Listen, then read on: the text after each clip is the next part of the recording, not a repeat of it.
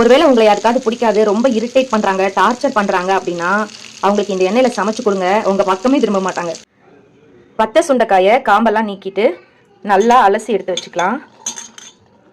உரல்ல போட்டு இடிச்சு எடுத்துக்கலாம். இடிச்சதெல்லாம் இப்போ எடுத்துக்கலாம். எடுத்து தண்ணியில் போட்டு நல்லா அலசிடுங்க. இந்த விதையெல்லாம் வெளியே வந்துடும். நீ பாருங்க, விதை நிறையாவே உள்ளே தங்கிரும். நிறைய பேர் கேட்குறீங்க விதையோட போட்டால் என்ன சத்து இருக்குல்ல அப்படின்னு சொல்லிட்டு நினைப்பீங்க. அப்படி கிடையாதுங்க. விதை அதிகமாக சாப்பிடும்போது வயிறு வலி வரும். விதையில சத்து இருக்கிற மாதிரி தான் அந்த தோல்லையும் சத்து இருக்கு. இதில் வந்து ஃபுல் விதையும் நீக்காது. இங்கே பாருங்க, ஓரளவு விதைகள் உள்ளே இருக்க தான் செய்யும். ஆனால் நிறைய விதைகள் சாப்பிடும்போது வயிறு வலி வரும். அதனால தான் விதையை நீக்குறாங்க. பாத்திரம் நல்லா காஞ்சிருச்சு. பாத்திரம் காஞ்சதுக்கு அப்புறமா கடலை எண்ணெய் ஊற்றிக்கோங்க. கடலை எண்ணெய் தான் நல்லா டேஸ்ட்டாக இருக்கும். இப்போ நாம விதை எடுத்து வச்சிருந்தோம் இல்லையா, அந்த சுண்டைக்காவை உள்ள சேர்த்துடலாம். சுண்டைக்காவை நல்லா வதக்கி எடுத்துடணும்.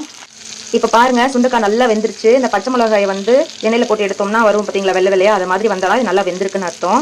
சிக்கனமாக இருக்கும் குடும்பத்தரசிகளை தயவு செஞ்சு இந்த எண்ணெயை அப்படியே சமையலுக்கு போட்டு புழங்கிடலான்னு மட்டும் தப்பு கணக்கு போட்டுறாதீங்க. கசப்பு வாயில வைக்க முடியாது. ஒருவேளை உங்களுக்கு யாரையாவது பிடிக்காது அப்படின்னா, அவங்க ரொம்ப உங்களை டார்ச்சர் பண்றாங்கன்னா அவங்களுக்கு வேணா இந்த எண்ணெயில சமைச்சு கொடுங்க. சும்மா விளையாட்டுக்குதாங்க சொன்னேன். சரி, இந்த எண்ணெயை தூர போட்டுடலாம். இந்த சட்டியை வந்து நல்லா கழுவிட்டு அதுக்கப்புறம் பயன்படுத்துங்க. இப்போ இந்த பக்கம் பாத்திரம் வச்சாச்சு. பாருங்க, பாத்திரம் நல்லாவே காஞ்சிருச்சு. அதே மாதிரி கடலை எண்ணெய் ஊற்றிக்கலாம். கடலை எண்ணெய் இப்போ கடுகு போட்டுடலாம். அதுக்கப்புறமா சீரகம் போட்டுடலாம். அப்புறமா உளுந்து கொஞ்சம் போட்டுருங்க. பருப்பு போட்டுடலாம். இப்போ அது கூட வெங்காயத்தை போட்டுடலாம். அது கூடயே தேங்காய் இருக்கு பாருங்க, அதையும் சின்ன சின்னதாக நறுக்கி வச்சிருக்கேன், அதையும் போட்டுக்கலாம். அதோட வெள்ளைப்பூடும் ஆட் பண்ணிக்கோங்க, 5-6 பூண்டு. நான் கம்மி குவான்டிட்டியில் தான் சமைக்கிறேன், அதனால எல்லாமே அளவு கம்மியாக எடுத்துருக்கேன். நீங்கள் அதிகமாக சமைக்கிறீங்கன்னா கொஞ்சம் குவான்டிட்டி அதிகமாக எடுத்துக்கோங்க. இதெல்லாம் வந்து வரதுக்காக கொஞ்சமாக கல்லுப்பு ஆட் பண்ணியிருக்கேன்.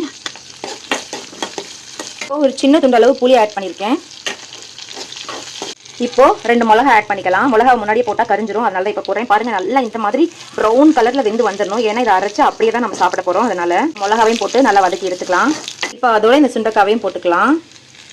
இன்னும் கொஞ்சோண்டு உப்பு சேர்த்துக்கோங்க, தேவைக்கு போட்டுக்கோங்க. இப்போ மிக்சியில் போட்டு கொரகரப்பாக அரைச்சி எடுத்துக்கலாம். பாருங்க, நல்லா அரைச்சி எடுத்தாச்சு.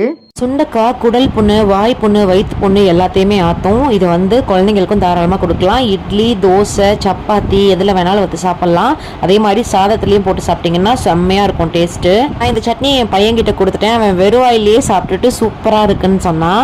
நீங்களும் உங்கள் வீட்டில் இந்த ரெசிபியை கண்டிப்பாக ட்ரை பண்ணி பாருங்கள். உங்கள் குழந்தைங்களுக்கும் ரொம்பவே பிடிக்கும். கசப்பு கொஞ்சம் கூட தெரியாது.